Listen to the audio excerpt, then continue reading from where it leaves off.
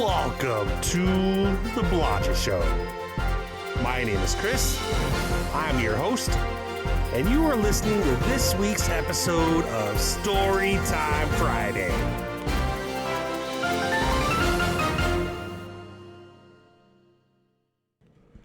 This week's story is titled, I'm Down, but I'm Not Out.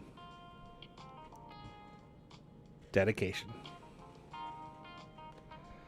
This fictional story is dedicated to the unsung heroes, the working class families who fight the daily battles unseen, unheard, and often underappreciated.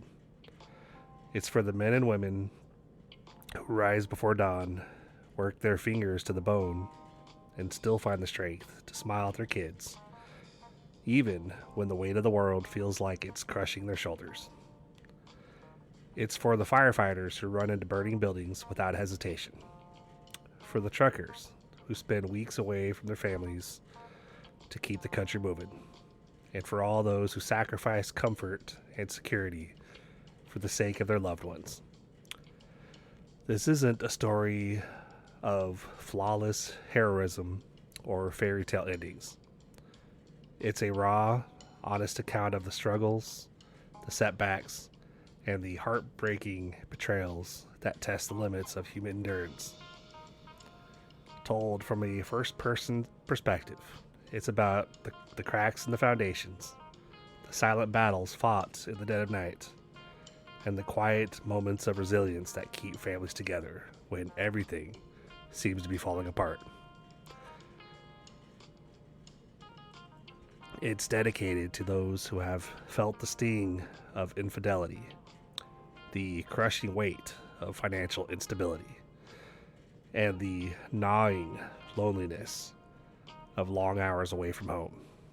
It's for the men and women who battle PTSD in silence, the women who shoulder the burden of expectation, and the children who witness the silent struggles of their parents. This story is a testament to the indomitable spirit that resides within those who fight the good fight day after day, year after year. It's for those who find strength where others find weakness, and hope where others find despair. It's for those who, despite it all, keep moving forward, always striving to secure a better tomorrow for their families. It is a salute to their unwavering commitment, their tireless effort, and their incredible capacity for love in the face of overwhelming adversity. This one's for you. You are not alone. Part 1. From Uniform to Fire Hose. The air hung thick and heavy, a miasma of sweat, smoke, and something acrid that clung to the back of my throat. The adrenaline, that familiar rush that had once been my constant companion in the war zone, was now a dull ache behind my eyes. This wasn't the controlled chaos of a battlefield. This was the unpredictable fury of a house fire, a raging beast I was trying to wrestle into submission.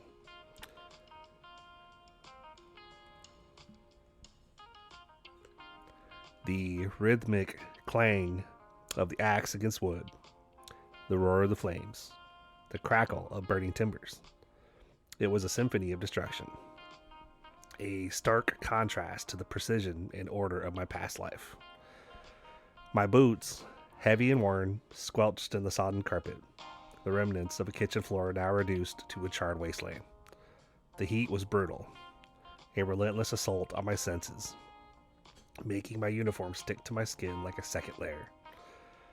The air was thick with the stench of burning plastic and singed wood, a smell I'd come to associate with the hollow ache in my gut. It was a far cry from the sterile environment of the barracks, the sharp scent of disinfectant and freshly pressed uniforms. My sergeant stripes were gone, traded in for the worn-out gear of a firefighter. The crisp, sharp lines of my military fatigues had been replaced by the bulky, sweat-soaked turnout gear, a protective shell against the inferno, but also a reminder of the weight I carried. The weight of responsibilities, the weight of the past, the weight of a family depending on me. After the war, they told us that we were heroes. They clapped. They cheered. They thanked us for our service. But the transition back to civilian life felt less like a parade and more like a forced march through a minefield. The structure, the purpose, the camaraderie, it was all gone, replaced by the gnawing uncertainty of finding a place in the world that seemed to have moved on without me. Finding a job, any job, to support my family had been a struggle. Firefighting, with its inherent danger and unpredictable hours, was the best I could manage. It was a hard job, demanding both physically and mentally, but it was something to keep me busy, something to keep the demons at bay. The exhaustion was a constant companion, a lead weight in my limbs. Even after a full night's sleep, I felt like I hadn't rested. The nightmares still haunted me, jolting me awake in a cold sweat, the echoes of explosions and dreams still ringing in my ears. During the day, the adrenaline fueled me, keeping me alert and focused, but once the adrenaline subsided, an overwhelming fatigue would crash over me. After putting out the fire, the adrenaline subsided, replaced by the gnawing emptiness. I sat there on the curb, exhausted and smelling of smoke and ash, watching the remaining embers glow in the dying light. My reflection in a nearby puddle showed me a man weary from battle, but this was not a military battle. It was a battle against debt, uncertainty, and the unrelenting weight of keeping a family together. Sarah and the kids, they were my reason for soldiering on. They were the reason I climbed into the fire truck every morning, even when every fiber of my being screamed for me to stay in bed. Our little suburban home, with its peeling paint and cramped rooms, was a haven amidst the chaos. But that haven was becoming increasingly hard to maintain. The bills piled up faster than I could earn, threatening the fragile stability we'd somehow managed to achieve. The modest house in the suburbs, a picture of white picket fence perfection from a distance, held a different reality inside. We lived in a small 3-bedroom house outside of a struggling town, and the mortgage felt like the millstone around my neck. It wasn't a mansion, not by a long shot. The walls were thin, the paint was chipping in places, and we were always one expected bill away from disaster. But it was ours. Or at least, it felt like ours. It was where Sarah and the kids waited for me, where laughter sometimes drowned out the quiet anxieties that haunted the corners of my mind. It was a working class haven, filled with the smells of coffee brewing in the morning, the clatter of breakfast dishes, the sounds of cartoons blaring from the living room TV, the homework struggles of our 2 kids, Lily and Tom. But the comforting normalcy was being slowly eroded by the ceaseless pressures of making ends meet. I worked hard, incredibly hard, but it never seemed to be enough. The fire department paid decently, but it wasn't enough to cover all the bills. The car payments, the mortgage, the groceries, the utility bills. They were all like relentless predators, clawing at my meager resources. The constant stress started to take its toll on Sarah. The smiles were less frequent, the conversations shorter, and the silences more pronounced. The woman I'd fallen in love with, the vibrant and energetic young woman who had made my life feel complete after returning from war, was fading. Her spark being extinguished by the weight of our financial struggles.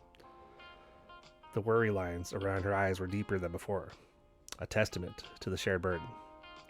Sometimes I caught her staring out the window, a faraway look in her eyes, and the silent communication of unspoken anxieties hung heavy between us. It was during one of these quiet nights that I made the decision. I had to find another job. Firefighting wasn't enough. The pay was good, the work was meaningful, but it wasn't enough. I was constantly working overtime, exhausted to the point of collapse. And yet, we were always on edge. Sarah had actually suggested it. "You have to do something, honey," she said once, the exhaustion etched in her face. "We can't keep living like this." So, I went back to school, taking online courses to get my CDL. It was another kind of warfare. This battle against time and exhaustion, studying between shifts, juggling family life with late night classes, while still trying to maintain a sense of normalcy.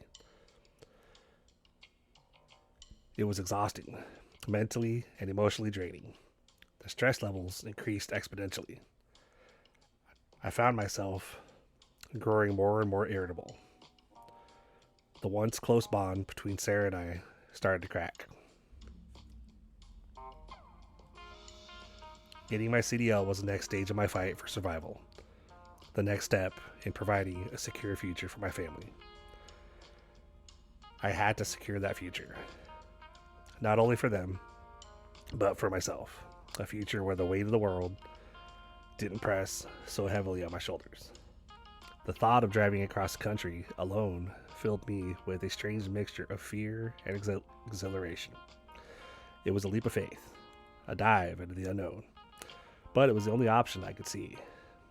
It was a chance to earn enough to keep my family afloat, to keep the wolves from the door, and to keep the roof over their heads. The long winding road ahead seemed endless, like the endless cycle of exhaustion and stress that I had been living in. But as I gripped the steering wheel, ready to face the challenging future, there was a spark of hope, a glimmer of light that fueled my determination. It was a dangerous road, but it was one I was willing to travel for them, for my family, for my children, who deserved better than the uncertainties of our current reality. For Sarah, my love, who had given me everything and whom I needed to protect. I had to make it work. I had to secure a future for the future of my family. It would be a difficult road, but I would persevere because I had to, because we all had to.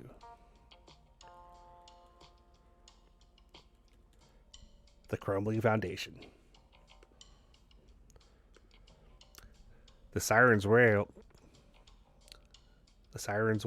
was a familiar lullaby, a jarring center point to the quiet anxieties that gnawed at me even in sleep. The rhythmic pulse of the engine, the flashing lights cutting through the pre-dawn darkness. It was a routine I'd come to rely on, a predictable rhythm in a life increasingly characterized by its unpredictability. But even the comforting routine of firefighting couldn't quite silence the growing unease that had settled in my gut. The weight of the world, it seemed, was pressing down harder than ever. The fire that night was a small one, a kitchen blaze quickly extinguished. But the lingering smell of burnt food and smoke clung to my clothes, a physical manifestation of the anxieties that clung to my soul. Back at the station, the camaraderie of my fellow firefighters was a temporary balm. The shared jokes and easy banter, a brief reprieve from the storm brewing at home. But the reprieve was always temporary. The moment I stepped back into my own life, the anxieties returned, heavier than ever. The house felt smaller than usual, the walls closing in, amplifying the silences that now stretched between Sarah and me like chasms. Lily and Tom were asleep, their small chests rising and falling in the rhythm of peaceful dreams, blissfully unaware of the turmoil that boiled beneath the surface of our seemingly ordinary lives. But I couldn't escape it. The financial anxieties were a constant suffocating presence, a shadow lurking in every corner of our small 3-bedroom haven. The bills were piling up like fallen autumn leaves, a relentless accumulation of unpaid debts. The car payment was overdue. The mortgage was looming, a monstrous threat that hung over our heads like the sword of Damocles. The grocery bills, once manageable, now stretched beyond our means. Each unpaid invoice was a physical manifestation of my failure, a stark reminder of my inability to provide for my family, the very thing I had vowed to do. The weight of this failure pressed down on me like a crushing force. Sarah had been unusually quiet lately, a stark contrast to the vibrant woman I'd fallen in love with. The spark in her eyes, once so bright, was dimming, replaced by a weariness that mirrored my own. We talked less, our conversations punctuated by long, uncomfortable pauses. The laughter that once filled our home seemed to have faded, replaced by a pervasive tension that hung heavy in the air. One evening, after a particularly grueling shift, I found her staring out the window, her shoulders slumped with exhaustion. I tried to start a conversation, a casual inquiry about her day, but the words caught in my throat. The unspoken anxieties preventing me from forming coherent sentences. The silence stretched, thick and suffocating, until she finally turned, her eyes filled with a mixture of frustration and resignation. It's never enough, she said, her voice barely a whisper. We're always one step away from disaster. I'm tired, John. I am so incredibly tired. Her words struck me like a physical blow. I knew she was tired. I knew we were struggling. But hearing it from her so plainly, so openly, shattered whatever fragile sense of composure I'd managed to maintain. The unspoken anxieties spilled forth, a torrent of guilt and self-recrimination. I had promised her stability, a safe and secure life for her and the children, and I had failed. The ensuing argument was short but sharp, a brief but intense explosion of pent-up frustrations. Words like daggers, piercing the fragile fabric of our relationship, wounding deeper than any physical injury ever could. Accusations, unspoken resentments, the weight of our shared struggles. It all poured out in a chaotic torrent, and in the aftermath, a chilling silence descended, even heavier, more fraught with meaning than before. The unspoken words hung in the air, a testament to the growing chasm that was opening up between us. Later that night, lying awake in the dark, the silence of the house amplified my anxieties. The rhythmic ticking of the clock was a relentless countdown to the next day, to the next shift, to the next unpaid bill. Sleep offered no escape, the nightmares returning with renewed vigor, their haunting echoes mingling with the real-life anxieties that threatened to consume me. The next morning, I found myself staring at my reflection in the bathroom. A stranger staring back at me. The lines around my eyes were etched deeper, a roadmap of sleepless nights and relentless stress. My shoulders were slumped, my gaze vacant. The man staring back at me seemed burdened, weary to the core. The fire station offered little solace that day. The routine seemed dull, a meaningless cycle of duty without purpose. My fellow firefighters who understood this cycle of the duty could offer their camaraderie, but they couldn't fix my current situation. The camaraderie, once a comforting familiarity, now felt hollow, a temporary shield against the storm raging within me. Later, during my lunch break, I sat in my truck, staring out at the busy traffic. My mind drifted towards Sarah, towards Lily, and Tom. They were my anchor, the reason I fought every day, yet the weight of responsibility was threatening to drag me under. The constant financial anxieties were slowly eroding the foundation of our family. We had always been a close-knit family, but the pressure of our financial crisis seemed to be creating a rift that was becoming increasingly difficult to repair. The evening brought no reprieve. The house felt colder, the air heavy with unspoken words. Sarah remained distant, her eyes carrying a weariness that went beyond simple exhaustion. The children sensed the tension, their usual boisterousness subdued, their laughter muted. The comforting normalcy of our family life had been replaced by an uneasy quiet, a fragile peace built on a foundation of unspoken anxieties and mounting debt. The weight of the world was crushing me, and I knew with a sickening certainty that something had to change.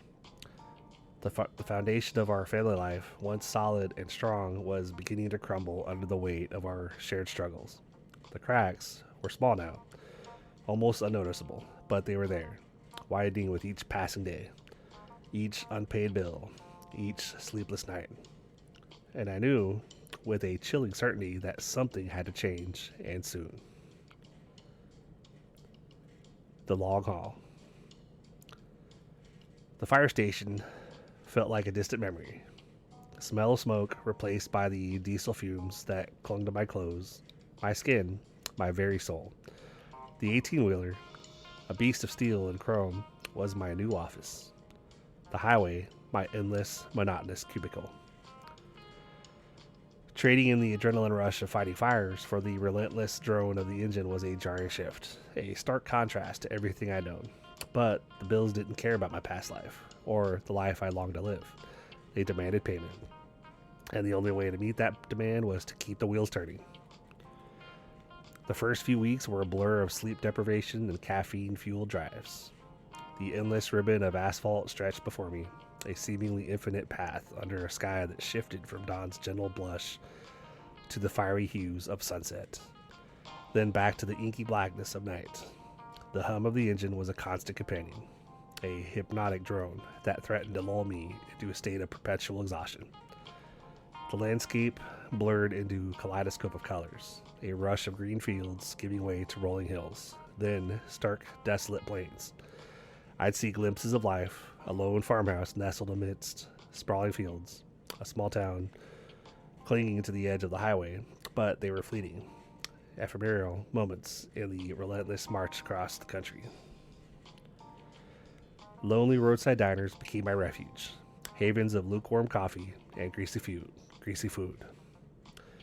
The conversations with fellow truckers were brief, transactional exchanges about routes, traffic, and weather. There was a strange camaraderie, a shared understanding of the lonely existence we led, but it never quite filled the emptiness that gnawed on my insides.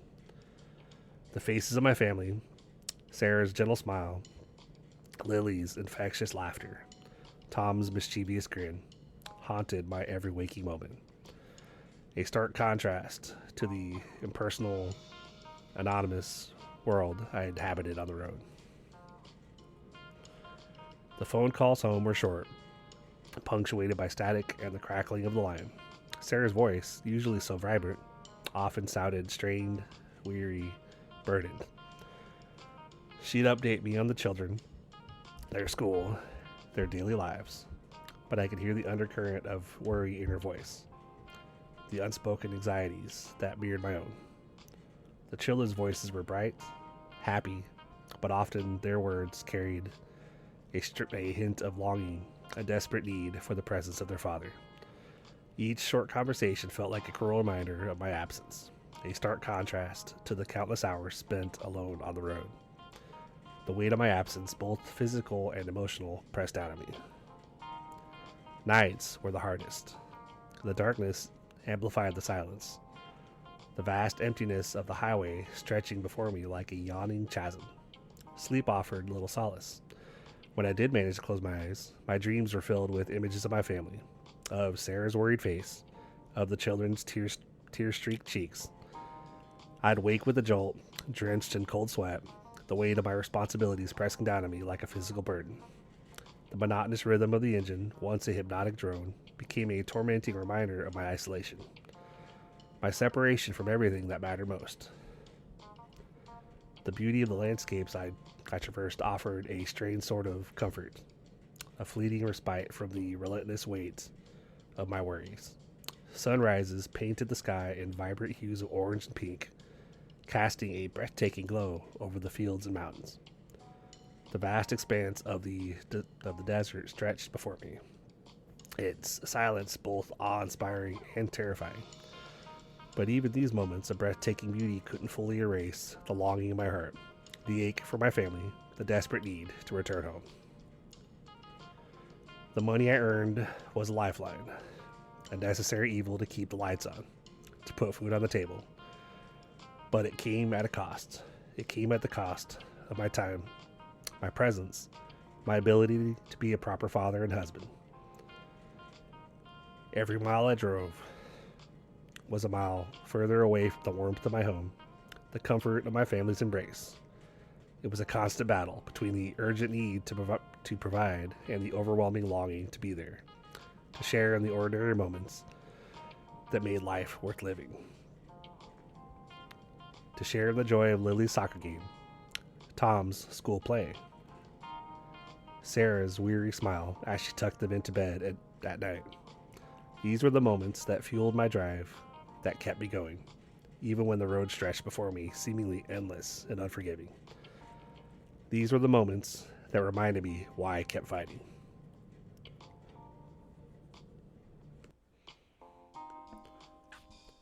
The long haul wasn't just about the miles, the destinations, the deliveries. It was about the emotional toll, the sacrifice. It was about the constant battle between responsibility and the crushing weight of absence. A battle fought not just on the highway, but deep within my soul.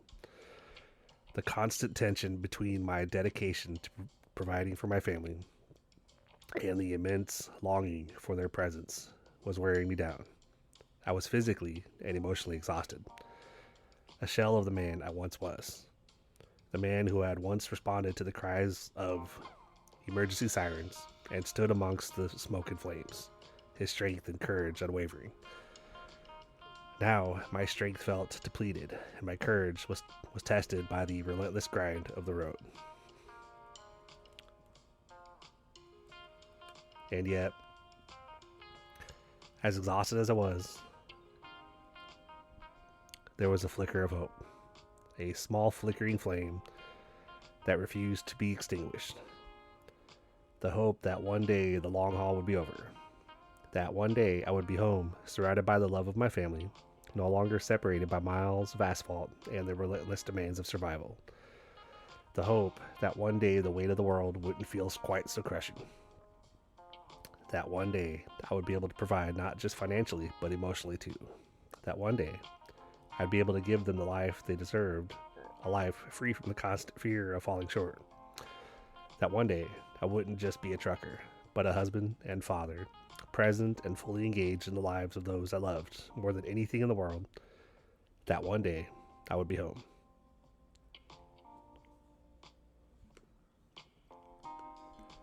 Side hustles and shifting sands.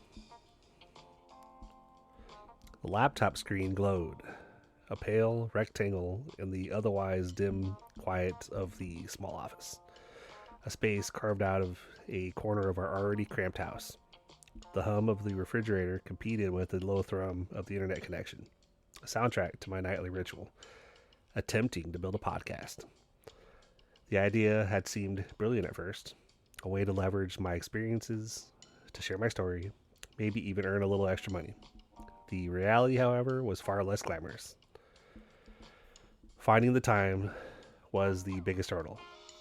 After a 12-hour shift behind the wheel, battling traffic, sleep deprivation, and the general monotony of endless highways, the last thing I wanted to do was sit in front of a computer wrestling with audio editing software. But the bills, the mortgage, Lily's dance classes, Tom's baseball equipment, they didn't wait for inspiration to strike. They demanded action, relentless and unwavering. My initial attempts were amateurish. My first few episodes sounded like a tired man rambling into a microphone, the audio quality subpar, the editing sloppy. I listened back, cringing at my own voice, the uneven pacing, the background noise that somehow managed to seep through even with noise-canceling headphones. I felt like a fraud, a wannabe podcaster clinging to a dream that was rapidly slipping from my grasp. The disheartening silence of my podcast's analytical page confirmed my fears. Downloads were pathetically low, comments non-existent. Sarah, bless her heart, tried to be encouraging. It takes time, honey, she'd say, her voice tinged with exhaustion, mirroring my own. She was dealing with her own challenges, juggling work, the kids, and the ever-present weight of our financial struggles. I could see the strain in her eyes, the lines etched deeper by worry, by the constant pressure of making ends meet. Her words were meant to lift my spirits, but they only added to the guilt. The guilt that I felt, the pressure to succeed, not just for myself, but for her and for the kids. Yet, the small victories, rare as they were, fueled my persistence. I learned to use the editing software, to refine the audio quality, to structure my episodes more effectively. I experimented with different microphone techniques, soundproofing my makeshift audio with blankets and pillows, creating a sanctuary of sorts amidst the chaos of our family life. Slowly, painstakingly, I started to see improvements, to feel a sense of accomplishment in the small strides I was making. Writing was another avenue that I explored, a way to channel my frustrations and anxieties into something productive. The stories poured out of me, fueled by a lifetime of experiences. The fire station, the military, the long, lonely hours on the road, all became material for my short stories and poems. I submitted my work to online literary magazines, expecting rejection after rejection, but hoping for that one acceptance, that one glimmer of recognition that would validate my efforts. The rejections arrived swiftly, like punches to the gut. The formal emails were almost comical in their bland uniformity, lacking any personalized feedback, merely confirming the inevitable rejection.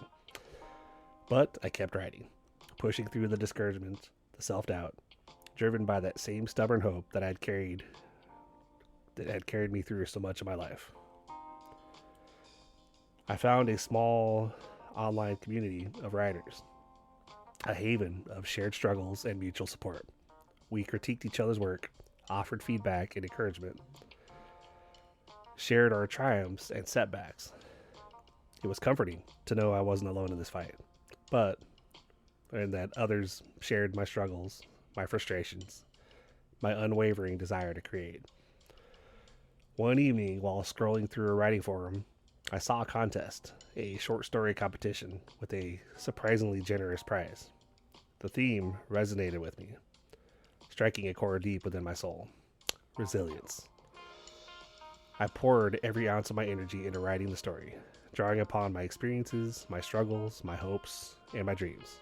I wrote late into the night, fueled by coffee and the burning desire to succeed. I poured my heart into every word, every sentence, every paragraph.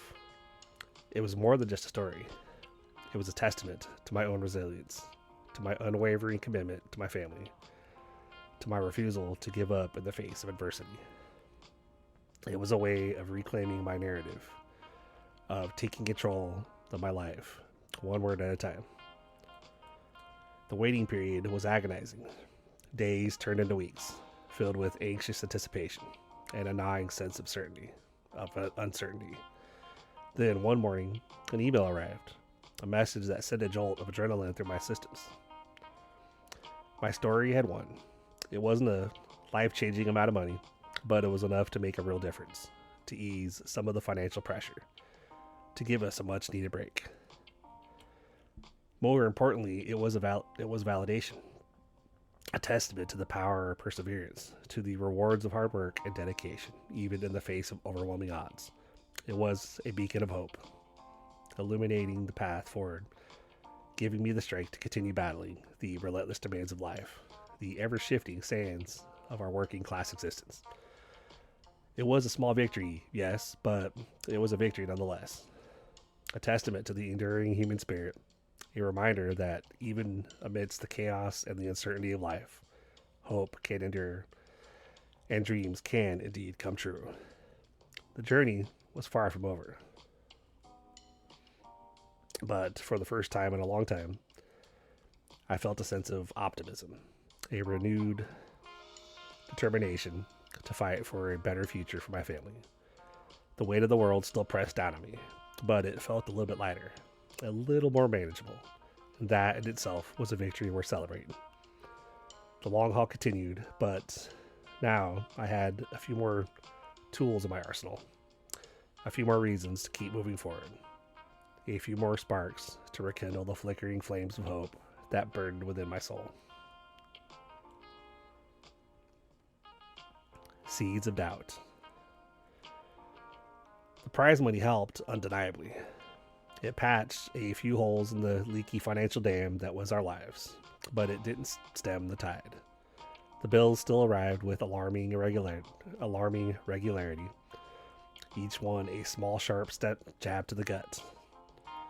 The weight of responsibility of providing for my family remained a constant companion, a heavy cloak I wore day and night. But something else had shifted. Something subtle, something insidious. A chill had seeped into the warmth of our family life, a silent crack to the foundation of our marriage. It started with small things, almost imperceptible at first. Sarah's late nights, her increasing detachment. She'd retreat into herself after work, her usual bubbly energy replaced by quiet weariness that went beyond the usual exhaustion of juggling a job, kids, and a perpetually strained household budget. She'd spend more time on the phone, her thumbs dancing across the screen with a frantic energy that seemed out of character.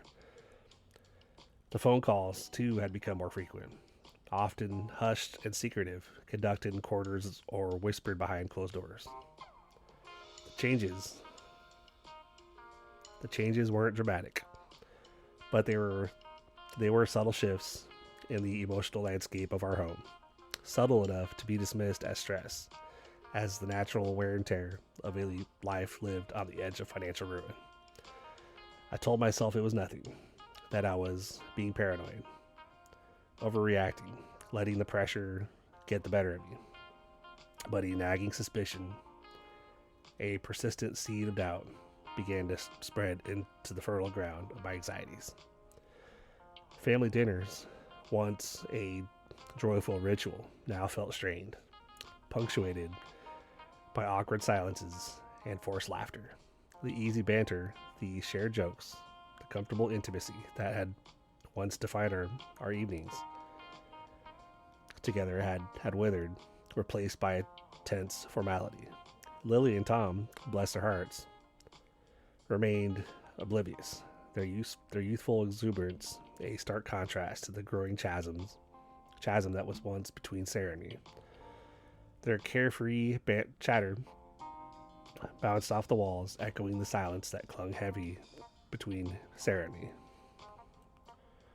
One evening, a particularly tense dinner, Lily recounted a school play she was preparing for. She spoke with excited passion, detailing her costume, her lines, the anticipation she felt. Sarah offered a perfunctory nod, her gaze distant, her response a mere whisper. Tom, ever the pragmatist, asked about the play's theme. Sarah's answer was mumbled, lacking her usual engaging tone.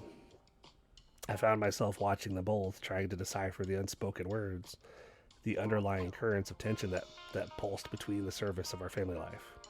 A sense of unease settled over me, heavy and suffocating. Later that night, after the kids were asleep, I found Sarah in the kitchen staring out the window into the inky blackness of the night. The silence between us was thick and palpable. I tried to engage her, to bridge the widening gap between us, but my words felt clumsy, inadequate. Her responses were monosyllabic, her attention elsewhere. I reached out to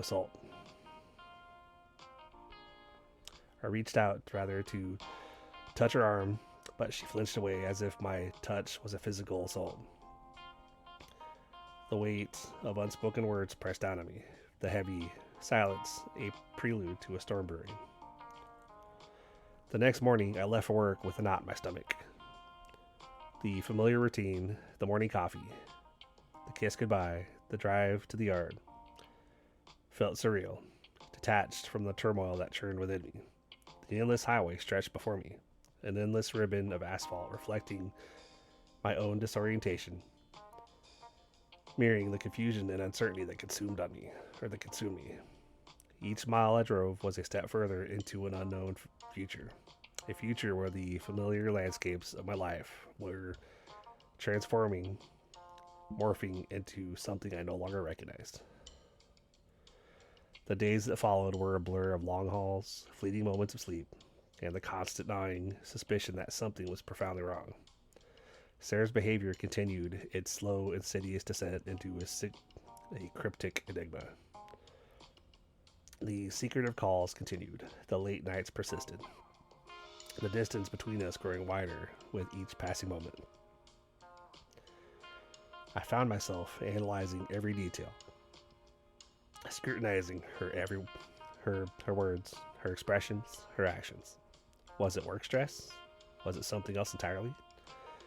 The unanswered questions hung in the air, like the persistent smell of diesel fuel that clung to my clothes. The doubt, once a tiny seed, had taken root, its tendrils wrapping around my heart, squeezing the life out of my peace of mind. The weight of the world, the financial pressure, the demands of my job were all intensified by this new, encroaching darkness. It was a different kind of weight now. A emotional weight, heavier than anything I'd ever known. It was a weight that stifled me, that choked the life out of my hope, that threatened to crush me under its unbearable burden. The podcast, the writing, the side hustles that I pursued with such fervent hope, now seemed trivial, insignificant in the face of the silent turmoil that consumed my life. My creative energies, once a source of solace, now felt like a futile distraction, an escape from a reality I couldn't ignore. The words I wrote, the stories I told, no longer resonated with my current reality. They felt like a hollow echo of a life that had already slipped away. One evening, I stumbled across a misplaced piece of paper, a crumbled receipt tucked inside Sarah's purse. My heart pounded as I examined the small piece of paper. The name of the hotel, a name I didn't recognize, a date just a week ago. The receipt was for a single room. The air grew heavy, thick with the suffocating scent of betrayal. A seed of doubt had blossomed, its dark bloom a bitter confirmation of my worst fears. The weight of the world, already crushing, now felt unbearable. The silence that had settled over our home was no longer merely a tense quiet, it was the deafening silence of a shattered trust. The storm had broken.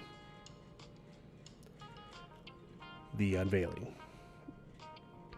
The crumpled receipt felt like a shard of glass in my hand, its edges cutting into my palm, mirroring the jagged wound that ripped through my heart. The name of the hotel, the Silver Moon Inn, meant nothing to me. But the date, starkly printed beneath it, was unmistakable. A week ago. A single room. The implications hung in the air, heavy and suffocating. A toxic cloud of betrayal that choked the breath from my lungs. My hands trembled as I carefully folded the receipt, tucking it back into its hiding place. My mind reeling. The pieces of the puzzle, scattered over the past few weeks, suddenly snapped into place. The late nights, the secretive phone calls, the distance in Sarah's eyes. They weren't stress, they were deception. A cold dread, a chilling uncertainty washed over me. The house, moments ago a sanctuary, now felt like a prison. Its walls closing in, suffocating me with the weight of my discovery. The children slept soundly in their beds, oblivious to the earthquake that had shattered the foundations of their lives. Their peaceful slumber mocked my turmoil, a stark contrast to the storm that raged within me. How could I tell them? How could I explain this to my innocent, trusting children? I wandered through the house like a ghost, my footsteps echoing in silence. Each step a painful reminder of the broken trust, the shattered illusions. Every photograph, every memory, every shared moment was tainted, poisoned by the knowledge of Sarah's betrayal. The warmth of our family life, once a comforting embrace, had transformed into a chilling deception. The Memories once cherished now felt like shards of broken glass cutting into my soul. The night stretched on. An endless expanse of darkness reflected the void that had opened up inside me. I couldn't sleep. The silence of the house was deafening, punctuated only by the rhythmic ticking of the grandfather clock in the hallway. Each tick a painful reminder of the passing time, the irreversible damage done. The weight of my emotions pressed down on me, crushing me beneath their unbearable burden. I needed to escape, to find some respite from the suffocating weight of my sorrow. I needed a drink, not to numb the pain, not exactly, but to find some semblance of clarity in the swirling vortex of my emotions. I grabbed my keys and slipped out of the house. The quiet click of the lock, the only sound that broke the oppressive silence. The bar was empty except for the bartender, a grizzled man with tired eyes and a weary sigh etched into his face. He didn't need to ask why I was there. He saw it in my eyes. The raw agony, the unvarnished despair. He poured me a whiskey, a dark amber liquid that mirrored the darkness that enveloped me. The stale air in the bar hung heavy, thick with the scent of spilled beer and forgotten dreams. The dim lighting cast long shadows, accentuating the loneliness that clung to me like a second skin. I sat there nursing my drink, the whiskey burning a path through my throat, a fleeting sensation in the vast ocean of my pain. The silence of the bar was less oppressive than the silence of my home, a stark empty space where I could confront my emotions without the added pain of witnessing the oblivious innocence of my children. Thoughts swirled in my mind, a chaotic blend of anger, hurt, confusion, and betrayal. How could she do this? After all we had been through, all the struggles we had faced together, the sacrifices we made, the financial hardship, the grueling work, the constant stress, all for this? For a betrayal so profound, so devastating. The bitterness was a bitter pill I had to swallow. The faces of Lily and Tom flashed before my eyes, their innocent smiles a cruel reminder of the future I had built for them. A future that now seemed irrevocably shattered. How could I explain this to them? How could I protect them from the fallout of my wife's infidelity? The weight of that responsibility pressed down on me heavier than the emotional burden of betrayal. The future, once a bright and hopeful landscape, now felt like a desolate wasteland. I took another sip of whiskey.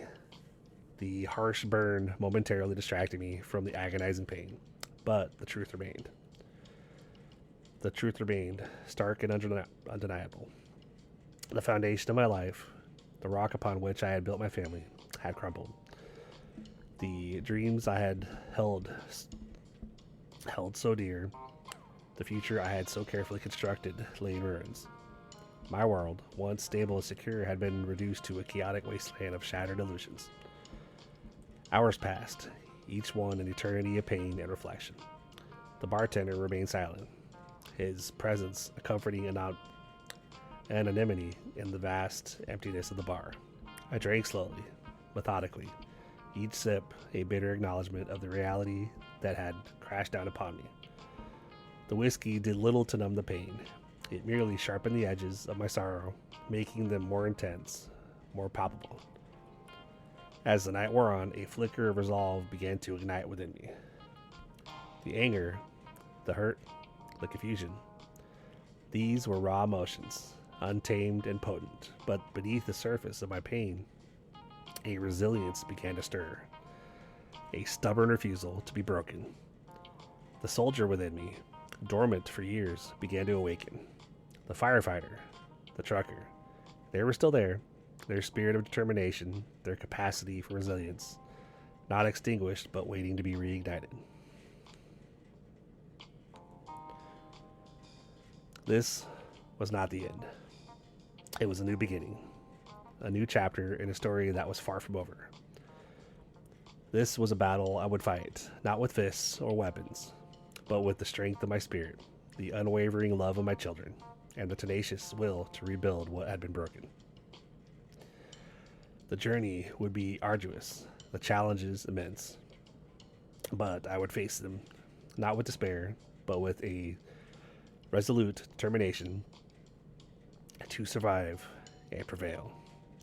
The shattered illusions were pieces of a mosaic, and even though the image was fractured, I would find a way to piece it back together, even if it meant creating a new masterpiece from the fragments of my old. My fight for my family had just begun. Navigating the aftermath. The drive back home felt longer than any haul I'd ever done. Each mile was a hammer blow, pounding the already fractured foundation of my life. The whiskey had worn off, leaving behind a gnawing emptiness and a simmering rage that threatened to boil over. I parked the truck, the familiar rumble of the engine, a jarring contrast to the silent storm raging within me. I found Sarah in the kitchen, meticulously cleaning, a stark contrast to the chaos that had exploded in our world. Her back was to me, her blonde hair a halo in the soft kitchen light. The sight of her, so calm, so composed, fueled the fire in my gut. My steps were heavy, deliberate, each one a declaration of the war about to begin. "Sarah," I said, my voice rougher than gravel. She turned, her eyes wide with a mixture of surprise and, was that fear? "John," she breathed, the name barely whispered. "The receipt," I said, holding out to her. "The Silver Moon Inn, a week ago. Explain this." She didn't flinch. She didn't deny it. She simply stared at me, her eyes pools of something I couldn't decipher. It wasn't remorse, not initially. It was something colder, harder, a wall erected to protect something within. A silence filled the space between us, a thick, suffocating blanket. The silence was worse than the anger. The anger I could understand. This silence, this carefully constructed stillness, was a betrayal in itself. It screamed of a disconnect so profound that it left me speechless. Finally, she spoke, her voice low and carefully controlled. "It's complicated." "Complicated?" I roared, the word tearing through the silence like a bullet. "Complicated? You slept with another man, Sarah. You betrayed me and our family, everything we built." Tears welled up in her eyes, but they didn't spill. She didn't reach for me, didn't offer solace or even an apology. She just stood there, rigid, her chin lifted in stubborn defiance that mirrored my own. "It wasn't like that," she mumbled, her voice barely audible above the thrumming of my anger. "It was a mistake." "A mistake?" I spat the words out, each syllable filled with contempt. "A mistake? You don't just make a mistake like that, Sarah. You chose to betray me. You chose to sleep with another man, and you call it a mistake?" My voice cracked, the anger finally giving way to the raw, exposed pain underneath. The image of Lily and Tom, their innocent faces, flashed before my eyes. Their future, my future, the dreams I had held so dear, were all hanging in the balance, crumbling before my eyes. She took a step closer, her eyes glistening with unshed tears. "I'm sorry, John," she whispered, her voice thick with emotion. "I am truly sorry." "Sorry?" I laughed, a bitter, hollow sound. "Sorry doesn't fix this, Sarah. Sorry doesn't erase what you've done. Sorry doesn't mend the cracks in our family. Sorry doesn't bring back the trust I had in you." The argument raged on, a torrent of accusations and denials, apologies and recriminations. We circled each other, like wounded animals lashing out with words as sharp as shards of glass. The kitchen, our sanctuary, our haven, had become a battleground. The children's laughter, normally a soothing balm, was conspicuously absent, a stark reminder of the innocence caught in the crossfire. She spoke of loneliness, of feeling neglected, of the pressures of raising a family while I was away, fighting fires or driving across country. She spoke of a void she felt, a gaping chasm in a relationship that she tried to fill, but filled with the wrong thing, with the wrong person. Her words were like icy needles, piercing through my anger. I heard a sliver of truth, but it didn't excuse her actions, didn't justify the pain she inflicted. The weight of years of shared hardship, of mutual sacrifice, felt utterly invalidated, as if everything we had overcome together counted for nothing. Hours bled into each other. The air grew thick with unspoken words, with the lingering scent of betrayal. We talked about the future, or rather the lack of it, the children, divorce, custody. The words, once foreign, now felt like inescapable realities. The future I had envisioned, a family together, happily secure, was a shattered dream, reduced to a pile of broken shards. The exhaustion finally settled upon us, a heavy cloak of despair. We sat across from each other amidst the remnants of our arguments, scattered plates, spilled coffee, and a silence deeper and more profound than any before.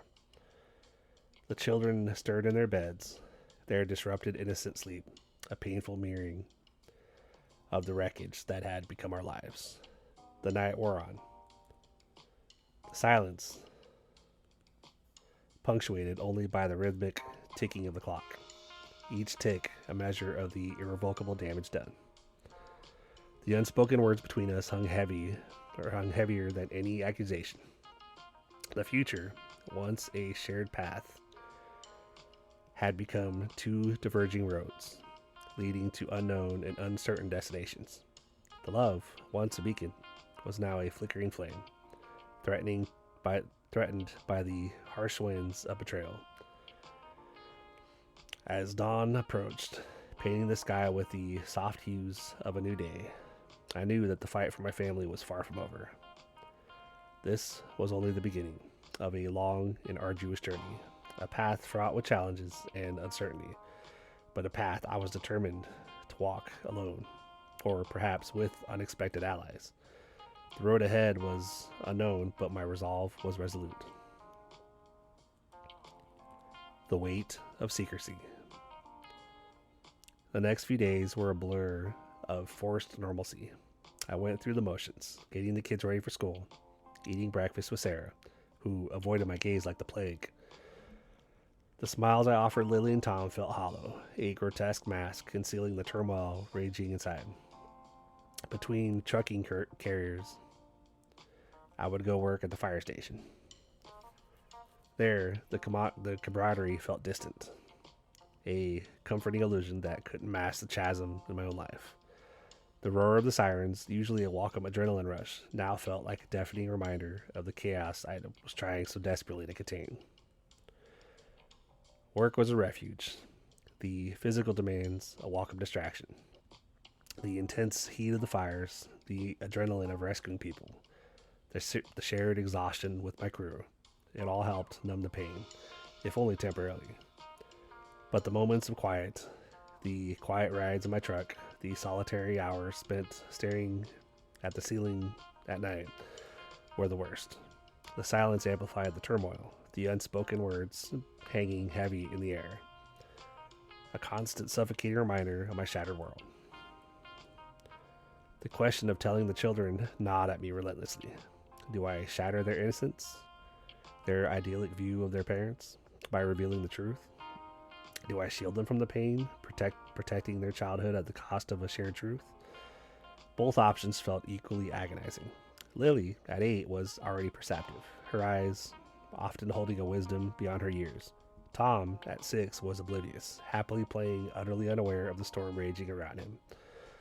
To tell them would mean to tear apart the fragile fabric of their reality, a reality already fraying at the edges. Yet to keep it a secret felt like a betrayal in itself, a silent collusion in deception. I weighed the pros and cons, a silent internal battle raging within me. What would be worse? The immediate hurt, the confusion, the questions I know I wouldn't have the answer, or wouldn't know how to answer, or the insidious slow burn of a secret, constant weight on my conscience, a fear that they would eventually find out, and the subsequent betrayal they might feel. The image of their faces, innocent and trusting, was a powerful force. Their unwavering faith in their parents was a fragile thing, something precious and easily broken. I imagined their faces contorted in pain, their trust shattered, their belief in a stable, loving family destroyed. The thought was a physical blow. The mental image of that felt unbearable. Sarah offered no guidance, trapped in her own silent agony. She hadn't mentioned the man from the inn again. We were living under the same roof, under the guise of a normal family. Each of us carrying out our burdens in silence, avoiding the elephant in the room like a minefield of emotional explosives. The children were oblivious, but I could not fool myself into believing that their perceptions were not being fully affected. The tension hanging in the air was palpable, an unspoken accusation hanging heavy between us. Nights were the worst. Sleep became a battlefield of nightmares, a relentless cycle of shattered images and bitter regrets. I'd wake up in cold sweat, the weight of my secrets crushing me, the silence in the room a deafening reminder of the destruction. Even during the day, I felt haunted by the unspoken, constantly aware of the lie I was living. I couldn't escape it. It was in the air I breathed, in the meals we shared, in the nightly routine. It was a suffocating blanket of guilt and deception.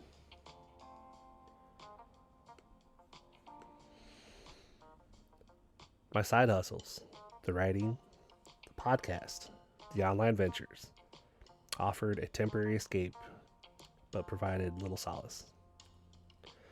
The words I wrote, the stories I crafted, felt distant and hollowed compared to the raw reality of my life. The characters I created were mere shadows compared to real life drama unfolding around me.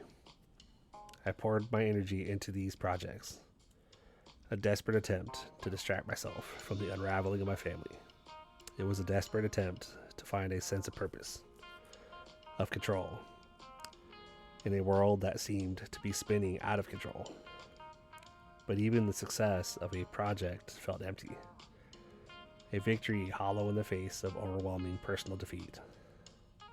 At work, I found myself pushing myself harder, throwing myself into the intensity of each emergency call as a form of self-flagellation. The risks I took were more reckless, driven by a subconscious desire for self-destruction, to erase the burden of my personal failures. My crew noticed, but I brushed them off, my usual jovial demeanor replaced by quiet intensity.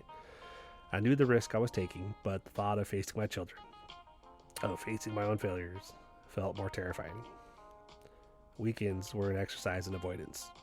I took on extra shifts, anything to keep myself busy, anything to avoid the tension in my home. I'd come home late, exhausted, seeking refuge in my solitude. The children would be asleep, Sarah would be in bed, and I would sit in the darkness, staring into the void, the silence deafening.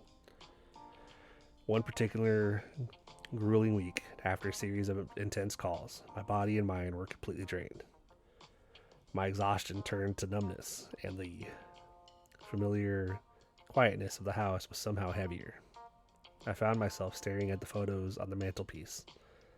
Lily in her ballet costume, Tom with his beloved toy truck, Sarah and I on our wedding day, smiles bright and hopeful. Those smiles were now distant memories, ghosts of a past that felt both close and utterly unreachable. The weight of my decision to keep the truth from the children was almost unbearable. It was a constant companion, a dark shadow that followed me everywhere. The pretense of normalcy was becoming more difficult to maintain. The strain was beginning to show, and the kids were noticing. Lily began asking questions, her queries innocent but piercing. Her questions were laden with a growing apprehension and uncertainty that I found impossible to ignore. I knew I couldn't keep up the charade forever. The secret was slowly eating away at me, the lie becoming a suffocating weight. But the fear of shattering their innocence, of exposing them to the ugliness of my reality, was a powerful force that kept me silent. The days were blurring into one long, unending, unending cycle of work. Work avoidance and quiet desperation. Each morning was a struggle, each night an unending battle with the demons of guilt and despair. The path ahead was unclear, but my feet kept moving, driven by a love that was being tested, a family threatened by a silence that was slowly strangling us all. The silence was the most devastating weapon in this war within my family, and I knew that I had to find a way to break it before it destroyed us all.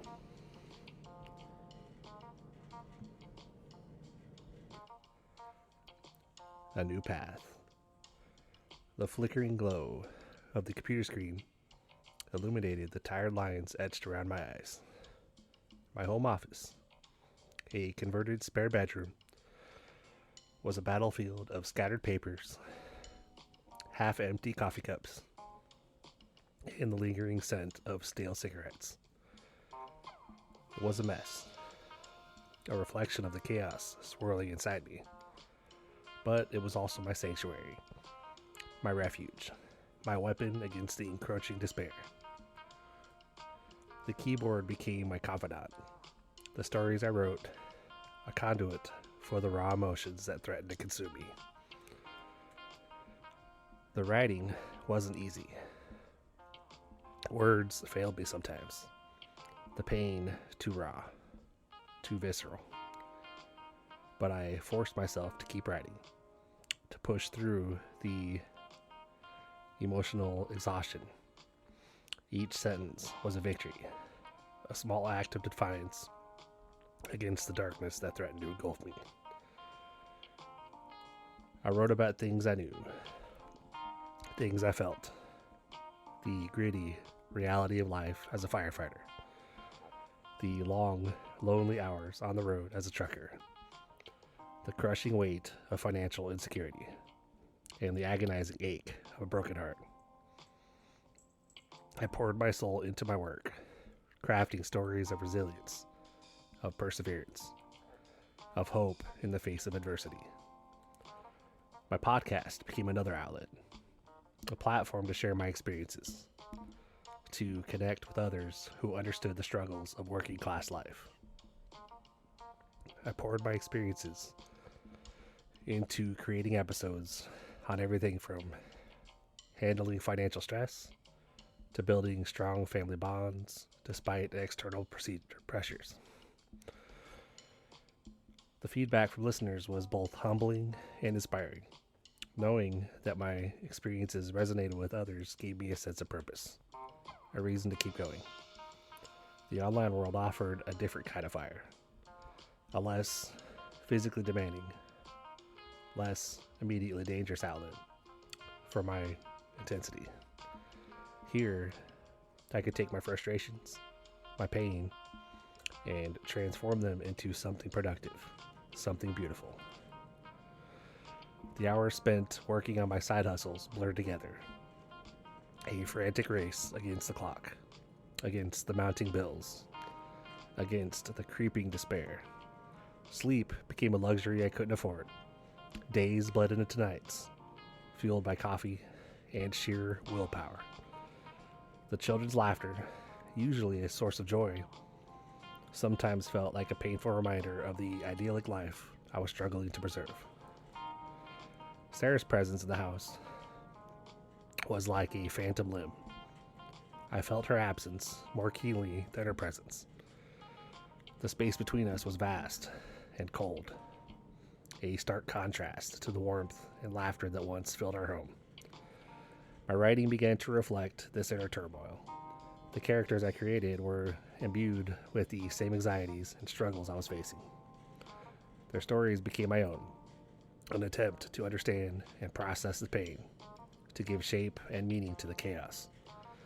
I wrote about fathers struggling to provide for their families, about mothers navigating the complexities of marriage, about children grappling with the unexpected changes in their lives. I wasn't just telling stories. I was exercising my demons, one word at a time. I began to receive positive feedback. small victories that fueled my determination. A few of my articles were published in online magazines, and my podcast began gaining a loyal following. The financial rewards were modest at first, but they were enough to give me a glimmer of hope. The money wasn't just about paying the bills. It was about proving to myself that I could overcome adversity, that I could build a better future for my family. It was an affirmation of my resilience. Each new follower was a silent vote of confidence, a validation of my struggles. My writing was not merely an escape, but a slow and arduous path to a future I was determined to build. But even with this small measure of success, the weight of my secret remained. The deception was eating away at me, slowly poisoning the very thing I was fighting so hard to protect, my family. The children's innocent questions grew more frequent, their perceptive eyes catching the subtle shifts of my behavior, the veiled anxieties lurking beneath my forced smiles. Lily, my wise beyond her years daughter, would often linger near my office door, watching me work with a mixture of curiosity and concern. She was a constant reminder of the precarious balance I was trying to maintain. Her small presence felt like a silent judgment, a constant reminder of my failure. The pressure was mounting. I knew I couldn't continue living a lie, pretending that everything was okay when it obviously wasn't. But the fear of shattering their innocent world, of destroying the delicate structure of their belief in their family, paralyzed me. I was torn between the urgent need to confront the truth and the agonizing fear of the consequences. One evening, while working late, I stumbled upon an old photo album. Images of happier times flooded back, a bittersweet reminder of the love we once shared, the life we had lost. Sarah's laughter echoed my memory, the children's faces radiant with joy. It was a painful reminder of the idyllic image I was trying so desperately to protect. The album brought a wave of raw emotion, the weight of the lies threatening to crush me. The thought of telling my children, explaining the infidelity, the pain, the chaos, felt like an impossible task. Their innocent faces flashed before my eyes, and my resolve faltered. How could I shatter their perfect image of their parents, their trust in the strength of their family unit? How could I explain the adult world's harsh realities? The fear of the emotional devastation was palpable, the thought enough to nearly paralyze me.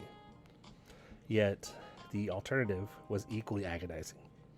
The silence, the deception, the constant weight of guilt was slowly destroying me, poisoning the fragile relationship I so desperately wanted to preserve. The very silence meant to protect them was suffocating me too. It was a cruel agony that my attempt to shield them from pain was inflicting a different, slower form of suffering. The tension in the house was becoming unbearable. Sarah and I moved around each other like ghosts, our interactions minimal, strained, filled with unspoken accusations. The children sensed the shift, their usual playful energy dampened, replaced by an uneasy quiet. The vibrant colors of their youthful energy were slowly fading into the monochrome shades of our dysfunctional home. It was time. I knew it. I had to break the silence, even if it shattered everything. The path ahead was uncertain, fraught with peril and pain, but the alternative continued deception. The slow erosion of trust and love was unthinkable. The cost of silence was far greater than the price of truth, no matter how painful. I knew that the only way to heal my family was to confront the truth, however bitter and devastating it might be. Even if it meant facing the storm, it was time to stop running. The road ahead would be arduous, but I was determined to forge a new path, one built on honesty, resilience, and the unwavering love for my family. The silence had to end. Finding strength in adversity. The decision hung in the air, heavy and suffocating, like the smoke after a particularly brutal fire. Telling Sarah, telling the kids. Thoughts sent a fresh wave of nausea through me. It wasn't just the fear of their reactions, but the fear of losing them, of losing everything, of losing everything I fought so hard to protect. My carefully constructed world, built on lies, teetered on the brink of collapse.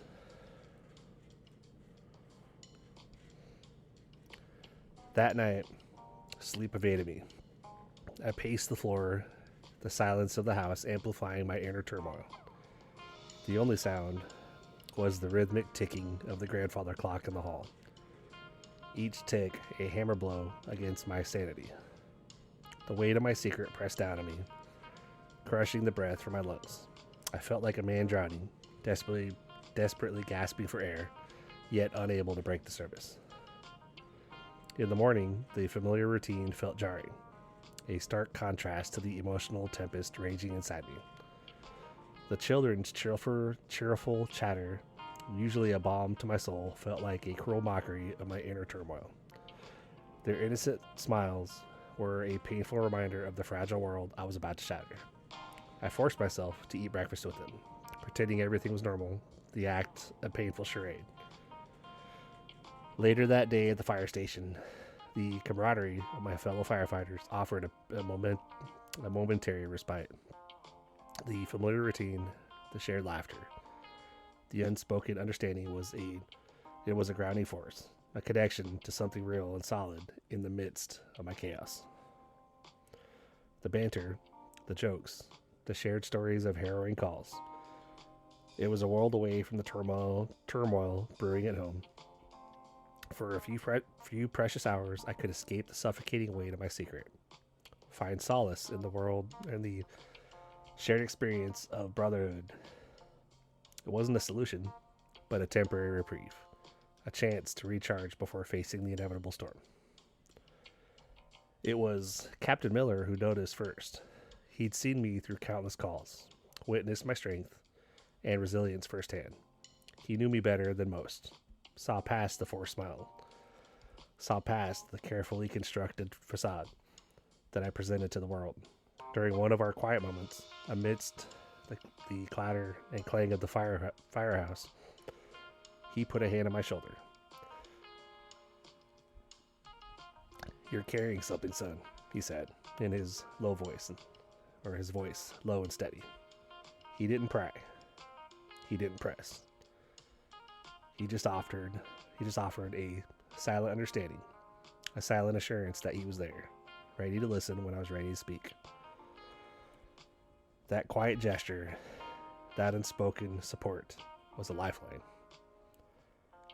It was the first crack in the wall I had built around my pain. It gave me the courage to reach out, to seek help, to understand that I couldn't do this alone. That evening, I called my brother Tom. We hadn't spoken much in recent years, our lives diverging along different paths, but Tom had always been there for me. A constant presence through thick and thin, a man of quiet strength and unwavering loyalty. His gruff voice, his simple words of support, cut through the fog of my despair. He didn't offer solutions, didn't try to fix things, he just listened, offering a comforting silence punctuated by the occasional grunt of understanding. It was during that conversation, late into the night, that I began to realize the power of community. The strength found in shared experiences. The weight of my secret, though still present, felt less crushing, less suffocating. The act of sharing my pain, of unloading the burden I had carried for so long, was profoundly liberating. The next few days were a blur of emotional upheaval. I finally confessed to Sarah, the words tumbling out in a torrent of guilt and regret. Her reaction wasn't what I expected. There was anger, of course, hurt, and betrayal, but there was also a surprising degree of understanding, a recognition of the pressures I'd faced, the struggles I'd endured. The conversation wasn't easy. It was raw, visceral, and deeply painful, but it was also necessary, a crucial step toward healing. Confessing to the children was even harder. Lily, my sharp, perceptive daughter, seemed to understand more than I anticipated, her eyes betraying a quiet sadness that mirrored my own. My son, Timmy, was more confused, his youthful innocence still clinging to the idealized image of his parents. Explaining the complexities of adult relationships to a young boy was a heart-wrenching experience, but it was necessary. It was a chance to reframe their understanding of family, of relationships. This was not the end of their family, but a new beginning. A chance to rebuild, to grow stronger. The road ahead was far from easy. There were days when the pain felt overwhelming. Days when the temptation to retreat into silence was almost irresistible. But the support of my friends, my family, my community helped me push through the darkness. Their unwavering faith in my ability to overcome adversity, their willingness to walk alongside me on my journey, was a source of immeasurable strength. The fire station became a second home, a haven of camaraderie and support. My fellow firefighters were more than colleagues. They were brothers, offering a shoulder to lean on, a listening ear, a comforting presence during the darkest moments. Their stories of their own struggles, their own triumphs over adversity, offered a powerful reminder that I wasn't alone on my journey. My writing, once a refuge from the pain, now became a tool for healing, a means for processing my emotions and making sense of my experiences. My podcast, once a platform to share my struggles, now became a testament to the power of resilience, a beacon of hope for others who are navigating their own storms. The words flowed more freely now, infused with the raw authenticity that resonated with my listeners. The writing was not just cathartic for me, it was a lifeline for others. The healing process wasn't linear. It was messy, unpredictable, and often painful. There were setbacks, moments of doubt, days when the weight of the world, the weight of the past, threatened to overwhelm me. But I had learned that strength isn't the absence of pain, but the ability to navigate it, to persevere despite the obstacles. The strength I found wasn't just within myself, but within the community that surrounded me, a community that shared my struggles and helped me to rise from the ashes. The fire had burned, it had scorched the earth, but it had also cleared the way for new growth. A stronger me, a stronger family. I started to rebuild not just a life, but a legacy.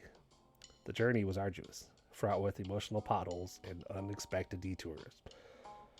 But I had people walking beside me, carrying a portion of the weight, and that made all the difference. The breakthrough. The hum of the laptop fan was a constant companion now, a comforting white noise in the quiet of my home office. It had become my sanctuary, a place where the chaos of the outside world faded into a muted hum, replaced by the rhythmic tap, tap, tap of my fingers on the keyboard. The walls, once bare, were now adorned with framed certificates, proof of completed online courses, certifications earned, milestones reached, each one a small victory. A testament to the hours spent hunched over my desk, fueled by coffee and sheer determination. The air was thick with the scent of old books and freshly brewed coffee, a potent aroma that had become synonymous with my newfound success. My writing, once a cathartic release, had evolved into something more.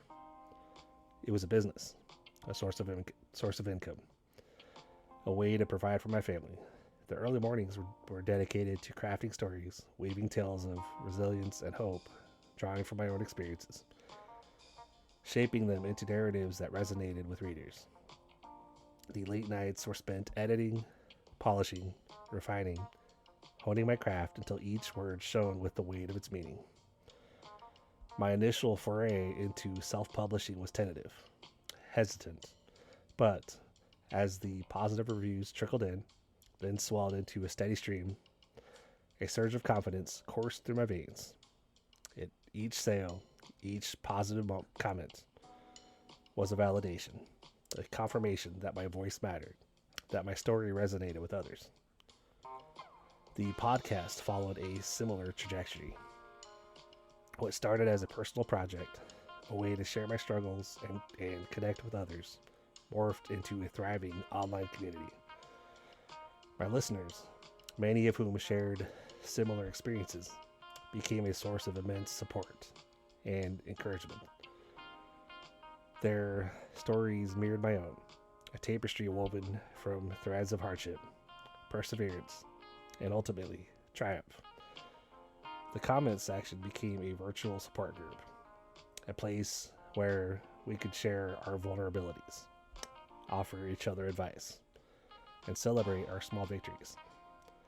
It was a testament to the power of connection, the strength found in shared experience.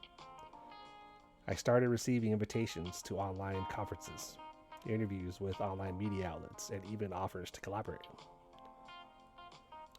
with other creators. My face, once hidden behind the anonymity of the internet, began to emerge, gaining recognition and building a reputable brand for my work. The financial impact was tangible, immediate. The consistent income stream for my writing and podcast eased the financial pressure that had once weighed so heavily on my shoulders. The anxieties of impending bills, the gnawing fear of financial instability, they began to recede, replaced by a cautious optimism. I was still far from achieving the financial security I craved, but I had finally broken through the wall of desperation, glimpsed the promise of a brighter future. It wasn't just the money, though that was undeniably important. It was the validation, the sense of accomplishment, the knowledge that my hard work had paid off. It was a feeling of empowerment, of self-reliance, a feeling that I had desperately craved for years. The change wasn't limited to the financial sphere. My relationship with Sarah had undergone a quiet transformation. The initial pain of betrayal had slowly given way to a fragile understanding, a shared commitment to rebuild our lives. The open communication, once a battleground of accusations and hurt feelings, had become a space for honest dialogue, for mutual support. We started attending couples counseling, working through our issues, redefining our roles, and rekindling the embers of our love. The journey was far from easy, but the shared struggle had forged a bond that was stronger than ever before. It was different, and not necessarily better, but it was real.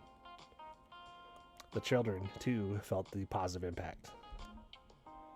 The constant worry etched on my face had lessened, replaced by a quiet confidence that reflected in my actions and words. The financial stability allowed us to afford more family time, more experiences, trips to the zoo, summer vacations, simple pleasures we had once sacrificed on the altar of survival. Lily's grades improved. Timmy, finally freed from the silent stress he had unwittingly absorbed from his parents' struggles, blossomed. He started playing baseball again, his laughter echoing through the house, a joyful soundtrack to our healing. My life had undergone a metamorphosis. The grueling shifts as a firefighter, the relentless miles spent on the road as a trucker, still formed a significant part of my daily life, but they no longer defined me. These roles served as the foundation, providing the financial security that allowed my other pursuits to flourish.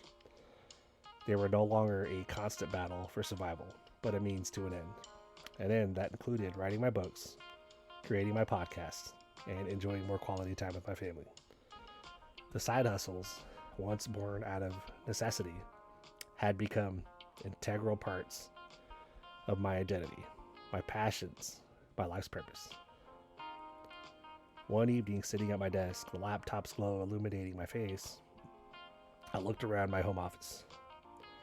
The framed certificates, the stacks of books, the worn keyboard, they were all tangible symbols of my journey. It had been a long, arduous path filled with challenges, setbacks, and moments of despair. But I had persevered, driven by the love for my family, the unwavering belief in my potential, and the unwavering support of my community.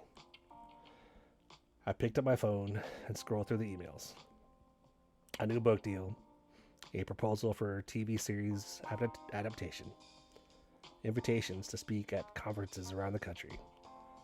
The notifications chimed like a symphony, a testament to the hard work, the dedication, the perseverance that had led me to this moment. It wasn't just about the financial success. It was about the fulfillment, the realization of a dream, the validation of a life dedicated to service, to family, and to the pursuit of something more.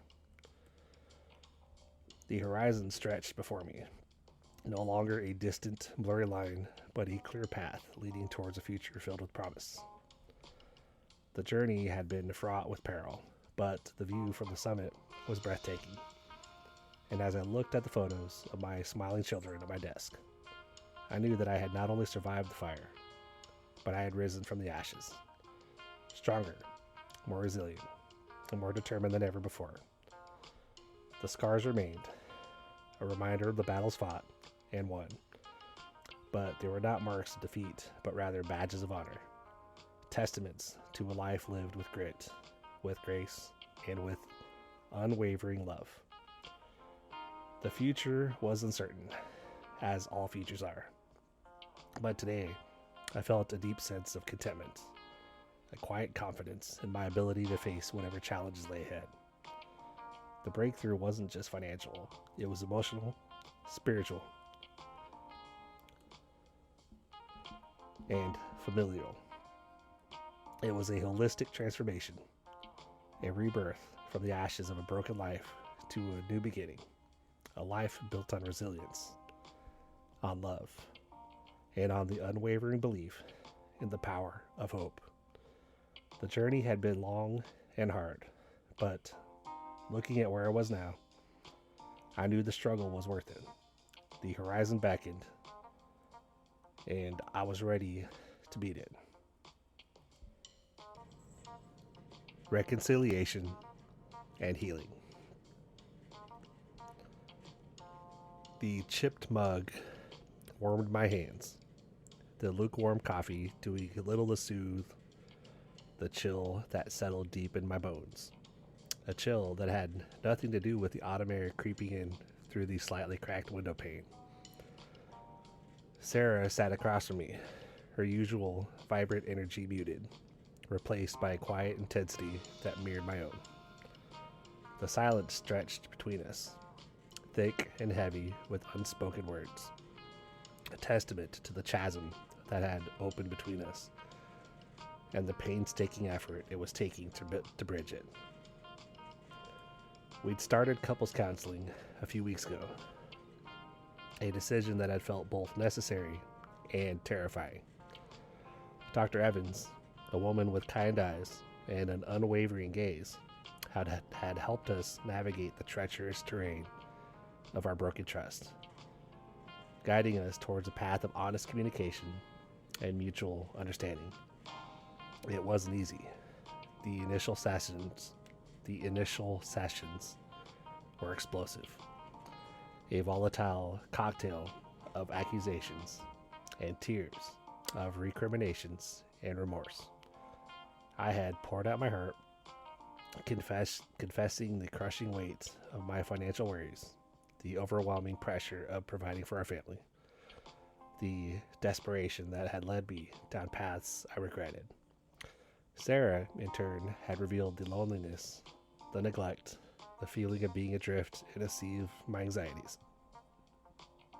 The process wasn't about assigning blame, it was about understanding. We learned to listen, truly listen, to each other's pain, to acknowledge the hurt that we had inflicted, and to begin the arduous path of healing. Slowly, painstakingly, the barriers began to crumble. The silence between us, once a symbol of our estrangement, started to hold a different weight, a space for reflection, for shared vulnerability. One evening, after a particularly intense session, Sarah reached across the table and took my hand. Her touch, once distant and guarded, was now gentle, filled with a tentative warmth. The simple act sent a jolt of electricity through me, a reminder of the bond we had once shared. A bond I was desperately trying to reclaim. We sat there, hand in hand, in comfortable silence, the unspoken words hanging in the air, heavy with shared history, and the unspoken promise of a future yet to be written. The children were present in this quiet rebuilding, their presence a constant reminder of the stakes. Lily, always perceptive, noticed the subtle shift in our dynamic. She started drawing pictures again, bright, colorful creations that adorned the refrigerator, small, tangible symbols of our renewed family life. Timmy, more reserved than his sister, showed his affections through small gestures. A hug before bed, a helping hand with chores, a quiet moment of cuddling on the couch. The changes were subtle, almost imperceptible at times. It wasn't about grand gestures of reconciliation, but about the everyday acts of love and understanding. We started having family dinners again, a tradition that had fallen by the wayside during the turbulent months. We talked, really talked, about our day, our hopes, our fears. We laughed, genuinely laughed, sharing jokes and silly moments that eased the tensions that brought back the lightheartedness that had been lost. We rediscovered our shared love of hiking, spending weekends exploring the trails in the nearby woods, the quiet rhythm of our footsteps, a comforting counterpoint to the tumultuous journey we were on. There were still moments of friction, of course. The scars of betrayal ran deep, and they wouldn't disappear overnight. The trust, once shattered, had to be painstakingly rebuilt, one brick at a time. Sometimes the old wounds would reopen, sometimes waves of anger and resentment washing over us. But we had learned to navigate these storms, to talk through our feelings, to acknowledge our pain, and to find solace in each other's arms. One evening, Sarah confessed her fear that we would never truly get back on track. Her voice trembled as she spoke, the vulnerability striking me with the full force of its rawness. "What if we can't fix this, John?" she whispered, her eyes brimming with tears. I pulled her close, holding her tightly, the warmth of her body a source of comfort in the face of our shared fear. "We will," I murmured, my voice thick with emotion. "We have to, for the kids, for ourselves, for us." It wasn't just about words. It was about actions. I made a conscious effort to be more present, more involved in our family life. I took over more of the household chores, allowing Sarah more time for herself, for her own interests. I actively sought out opportunities to connect with her, sharing my thoughts and feelings, showing her the depth of my love and my commitment to rebuilding our relationship. We began to experiment with shared hobbies, rediscovering things we enjoyed doing together. We started attending local events, from farmers markets to community festivals. These experiences, once mundane parts of our everyday lives, became opportunities to reconnect, to create new memories, to rewrite our story. We spent more time just being together, enjoying each other's company, finding moments of peace and quiet amidst the relentless chaos of daily life. The transition wasn't always easy. There were still arguments, disagreements, moments of frustration and despair. But there was also laughter, shared joy, and the growing sense of hope that we were rebuilding something strong, something enduring. The trust wasn't completely restored. It wasn't a magical overnight fix. It was a slow, gradual process, but it was happening. The wounds were healing, slowly but surely. The financial burdens, though lessened by my writing success, still weighed on us. But our conversations now included discussions of budgeting, of shared responsibilities, of the collaborative effort it would take to secure our family's future. These weren't just financial discussions. They were discussions of partnership, of shared goals, of mutual respect. They became an integral part of the healing process, demonstrating a newfound level of cooperation and mutual understanding. Our home, once a battleground of unspoken resentment, slowly transformed into a haven of peace and love. The walls, which had seemed to hold the weight of our silent struggles, now held the echoes of laughter, the warmth of shared moments, the comforting whispers of reconciliation. It was a gradual transformation, subtle but significant, a testament to the power of perseverance, of forgiveness, and of enduring strength of love. The horizon wasn't clear yet, but it was no longer obscured by a storm of anger and uncertainty. It was a path we were forging together, one step at a time, towards a brighter, more hopeful future. The journey was far from over, but for the first time in a long time, we were walking it together, hand in hand. The future remained uncertain, but the present was finally filled with a cautious, tentative hope. And that, I knew, was a victory we're celebrating. A new beginning. The smell of wood smoke and roasting marshmallows hung heavy in the crisp autumn air.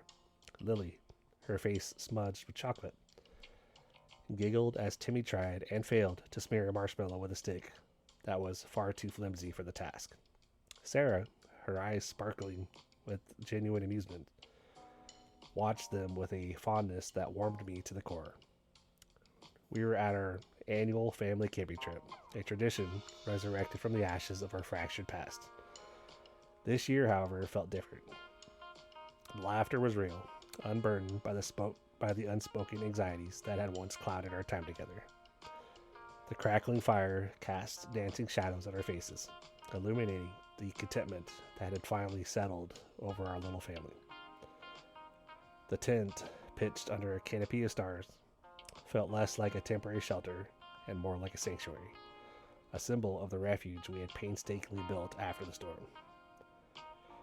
This wasn't just about escaping the city. It was about escaping the ghosts of our past, about embracing a new chapter, a new beginning. I watched Sarah, her hair pulled back in a messy bun, her face glowing in the firelight. The weariness that had once etched itself into her features had been replaced by a quiet serenity, a peaceful acceptance that radiated from within. She wasn't just my wife. She was my partner, my confidant, my friend.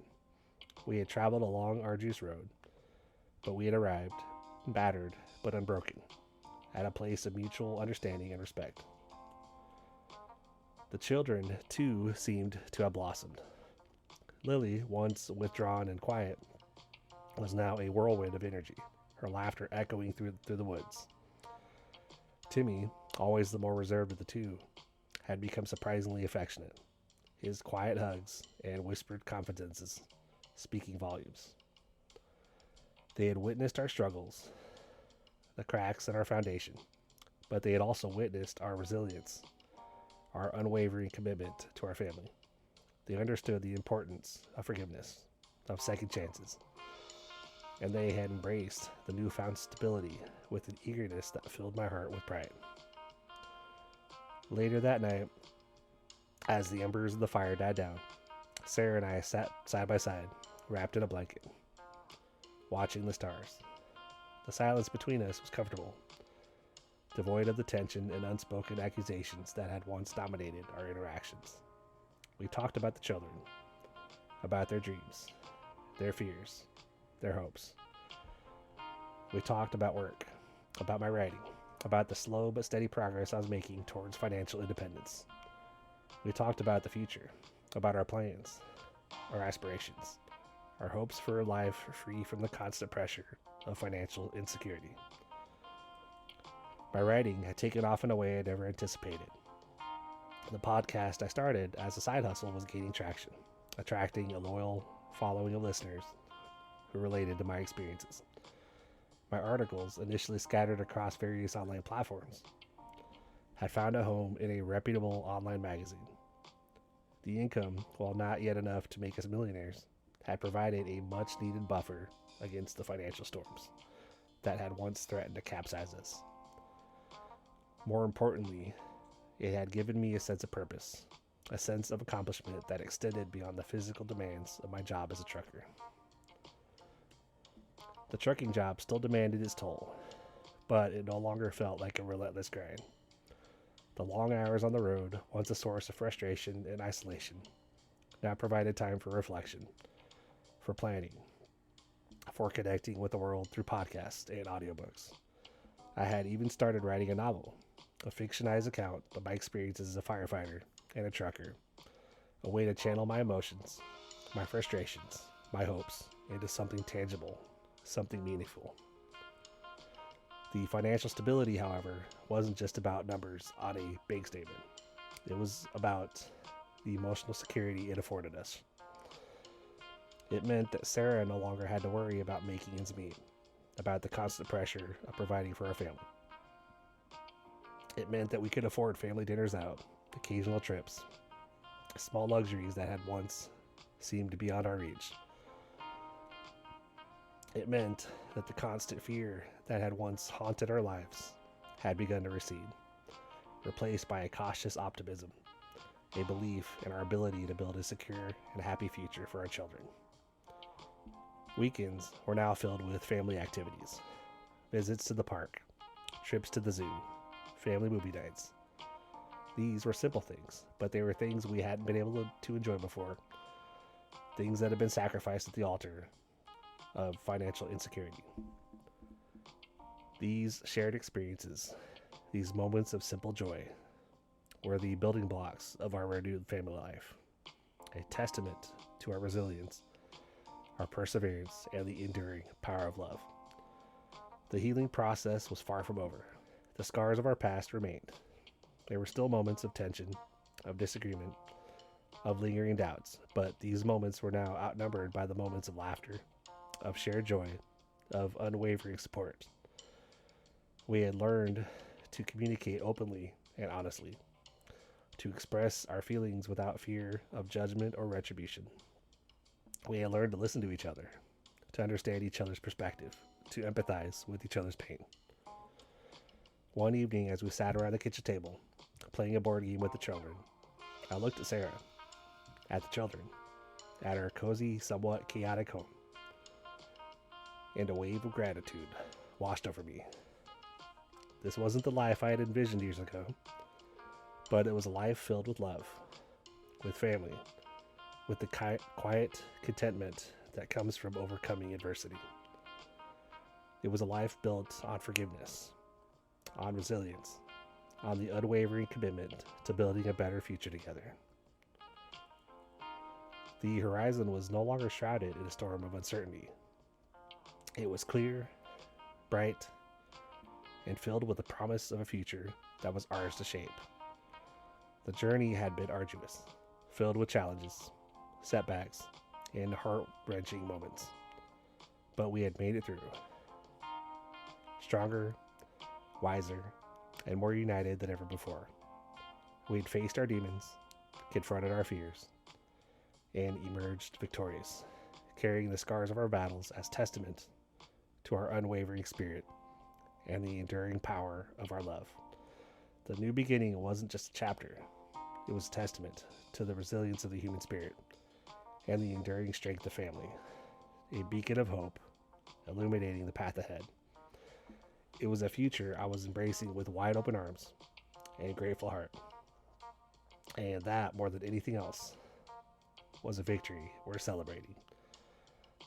The quiet hum of contentment in our small home echoed the quiet confidence that bloomed within my heart. A confidence built not on material possessions or outward success, but on the foundation of a family healed, strengthened, and ready to face whatever lay ahead.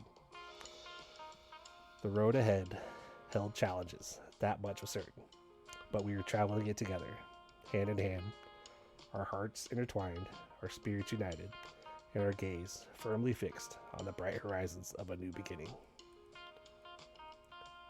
Lessons learned.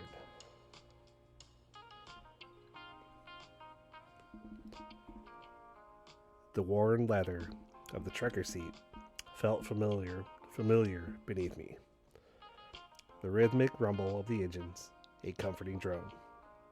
The highway stretched before me, a ribbon of asphalt unwinding towards the horizon, mirroring the path my life had taken. I was headed home, not just to my house, but to a sense of peace I hadn't felt in years. The radio played softly, a country ballad weaving a melancholic yet hopeful melody, mirroring the complex emotions churning within me.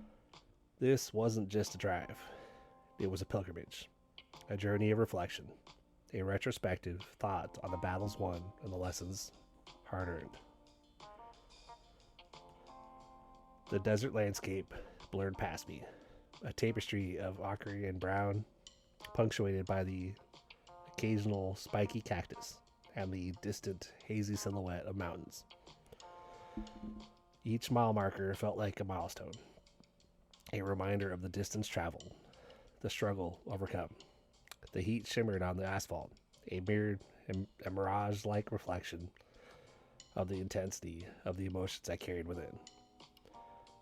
I thought of the early days, the uncertainty, the fear, the overwhelming weight of responsibility.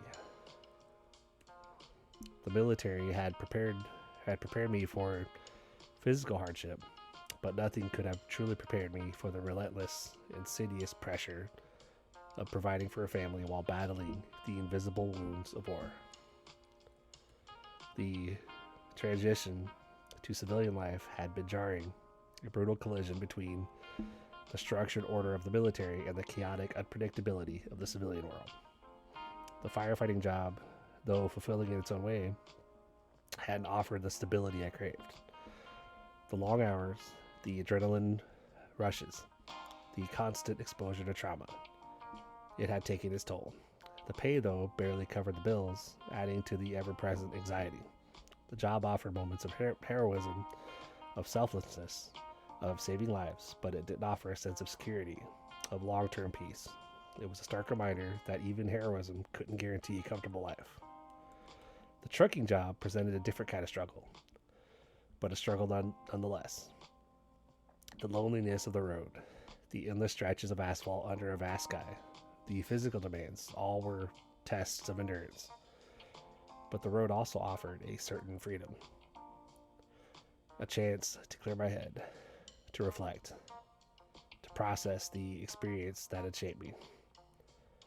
The long hours became opportunities for self-improvement, for learning, for growing.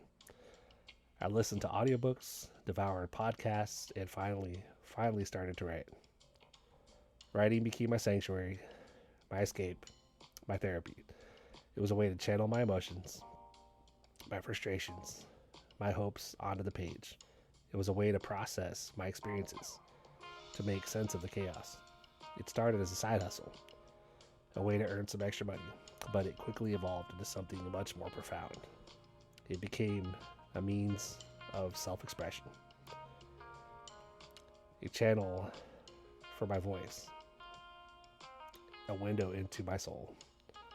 The initial uncertainty and self-doubt, and it eventually gave way to quiet confidence, a belief in my ability to tell stories, to connect with others through my writing. The podcast followed, born from a similar need to connect, to share my experiences, to offer hope to others struggling with similar challenges. It was a leap of faith, a gamble, but it paid off. The feedback from listeners was overwhelming, a testament to the universal nature of struggle and the power of shared experiences. It was incredibly affirming.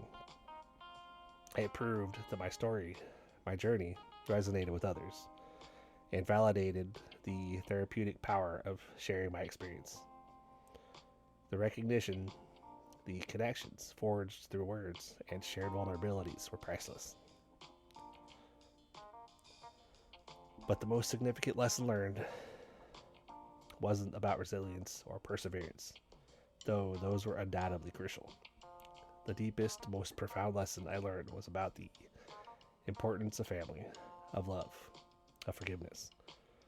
My wife's infidelity had shattered my world, leaving me reeling, lost, and utterly broken. The initial anger, the bitterness, the overwhelming sense of betrayal. It was a dark abyss I struggled to climb out of. But in the darkness, a flicker of hope remained, a stubborn refusal to give up on the family I loved. The journey towards reconciliation wasn't easy, a torturous path filled with setbacks, tears, and agonizing self-doubt. There were days when I questioned everything, when the weight of the world felt unbearable. There were moments when I wanted to give up, to walk away, to escape the pain, but the love for my children, my unwavering commitment to them, kept me going. It was their innocent faces, their unconditional love that pulled me back from the brink. The process of rebuilding trust, of fostering genuine communication, of healing the wounds inflicted by betrayal was a slow, gradual process. It demanded honesty, vulnerability, and an unwavering commitment to understanding and forgiveness. It was a journey of self-discovery, of confronting my own flaws and insecurities, of acknowledging my own contributions to the breakdown of our marriage. Sarah, too, played a crucial role in the healing process. Her willingness to take responsibility for her actions, her unwavering commitment to rebuilding our relationship, her genuine remorse, it was all essential to our eventual reconciliation. We had to learn to communicate openly and honestly, to express our feelings without fear of judgment or retribution. We had to learn to listen to each other, to understand each other's perspectives, to empathize with each other's pains.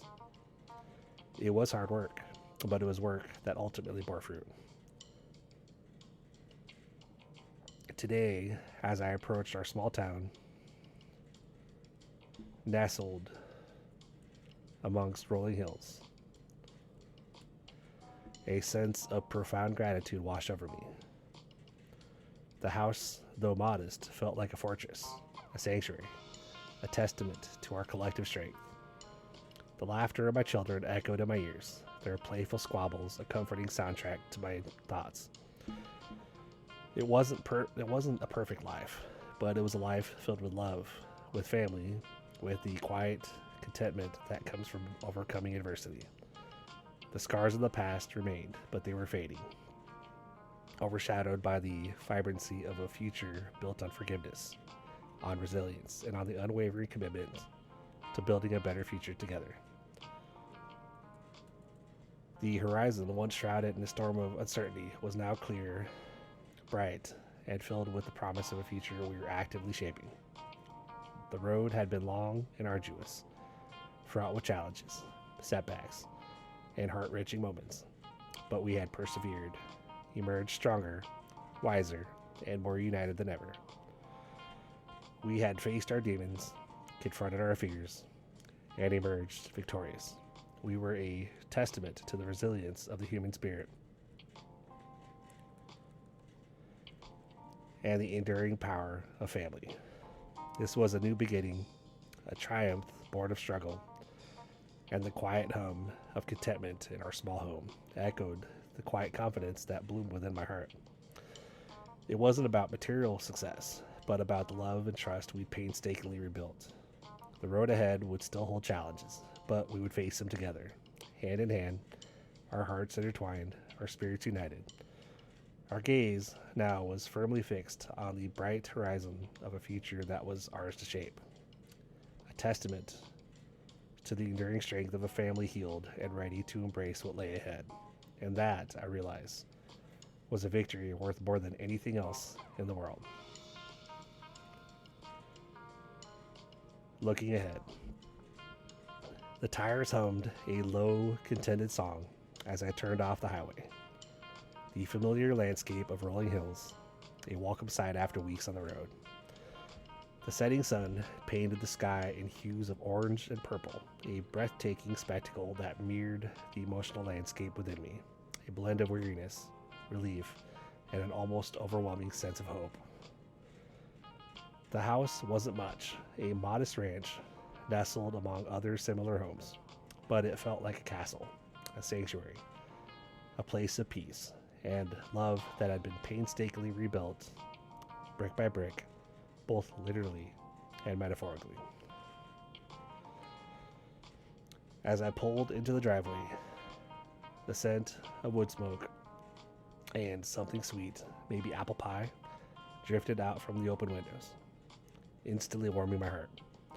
The kids, my kids, were out front, yelling and laughing, a chaotic symphony of youthful energy that momentarily erased the weariness from my bones. Their shouts of "Daddy's home!" were music to my ears, a tangible affirmation of the hard work, the sacrifices, the battles fought and won. It wasn't the life I'd envisioned when I was younger, when the world seemed boundless and full of possibilities, but it was a life rich in the things that truly mattered. Sarah was on the porch, her face lit by the warm glow of the setting sun. Her smile was hesitant at first, a cautious expression that mirrored the fragility of our rebuilt relationship, but it soon blossomed into something genuine, something filled with love and forgiveness. The years of struggle, the pain, betrayal, all of it felt distant now, overshadowed by the radiant warmth of her smile, the unspoken understanding that passed between us. We stood there for a long moment, just looking at each other, the unspoken words hanging heavy in the air, the weight of shared history, shared pain, shared redemption. That evening, we sat around the kitchen table, the kids chattering excitedly about their day. Sarah recounting tales of their mischievous antics, her voice full of a mother's love and pride. I listened, my heart overflowing with a quiet contentment that transcended material wealth or professional success. This wasn't about mansions and fancy cars. This was about the warmth of a loving family, the simple joy of everyday life, the quiet comfort of belonging. The writing and the podcast continued, but they were no longer driven by a desperate need for financial security. They had evolved into outlets for creativity, for self-expression, for connecting with others. The success I'd achieved, the growing readership, the expanding leadership or listenership felt like a bonus, a testament to the power of perseverance and the universality of shared struggles. The money was helpful, certainly, but it wasn't the primary motivator anymore. The real reward lay in the feedback, the connections forged through shared vulnerability, the knowledge that my words were making a difference in other people's lives. We started small projects together, family ventures, as a way to continue building our connections. Sarah, with her talent for design and marketing, started helping me with the podcast's branding and website. The kids, eager to contribute, helped with simple tasks like editing audio software or editing files, designing artwork, even writing small promotional blurbs. It was a true family effort, a testament to our collective strength and the bonds that have been forged through hardships and healing. Our home became a haven, a place of laughter, love, and forgiveness. The walls held echoes of our shared struggles, but they were also infused with the warmth of our rekindled love. The hope for a brighter future, the imperfections, the scars of the past were still present, but they had become part of our story, reminders of the battles we had fought and won. My life wasn't a fairy tale ending. It was a realistic narrative, a testament to the resilience of the human spirit. There were still financial challenges, certainly, but they no longer overshadowed the joy and contentment in my life. The trucking job continued, offering a degree of flexibility, allowing me to manage my writing and podcasting commitments. It was a balance, a juggling act, but one I managed with a newfound sense of purpose and peace. We took small trips, weekend getaways to nearby parks and lakes, creating memories, strengthening our bonds. We invested in experiences rather than material things, focusing on building memories and connections rather than chasing wealth. The quality time we spent together, laughing, talking, sharing stories, those moments became our greatest treasures. There were still moments of doubt, moments when the weight of responsibility threatened to overwhelm me. There were days when the past crept back, when memories of betrayal resurfaced, threatening to unravel everything we built. But we faced them together, hand in hand, drawing strength from our love, our commitment, our shared resilience. The horizon, once shrouded in uncertainty and fear, was now clear and bright, promising a future filled with hope, love, and enduring strength. The road had been long and arduous, but we had made it through, stronger and more united than ever before. It was a journey of healing, of forgiveness, of rebuilding, a testament to the resilience of the human spirit and the enduring power of love and family. And that, more than anything, was the greatest victory of all. The future wasn't guaranteed, of course, but it was filled with the promise of a love story that had weathered the storm and emerged stronger and more beautiful than ever before. The sound of my children's laughter, the warmth of Sarah's embrace, these were the true measures of my success. A quiet contentment that filled my heart with a deep and abiding peace. The horizon was a distant, uncertain point, or once a distant, uncertain point, was now a tangible reality, beckoning us forward, promising a future as bright and hopeful as the setting sun, painting the sky with its vibrant hues. And we were ready. We were finally ready. The end.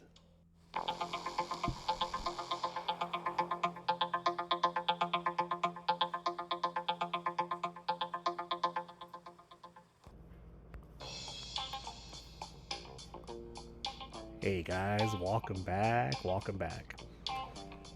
So, I hope you guys are as excited as I am to have the Storytime Friday segment back in full force. Got a plan in motion and definitely trying to get things done, kind of like pre-plan and get stories written, in advance, so that way I can go ahead and plan a few weeks out. So that way, hopefully, we'll have stories for you every week. And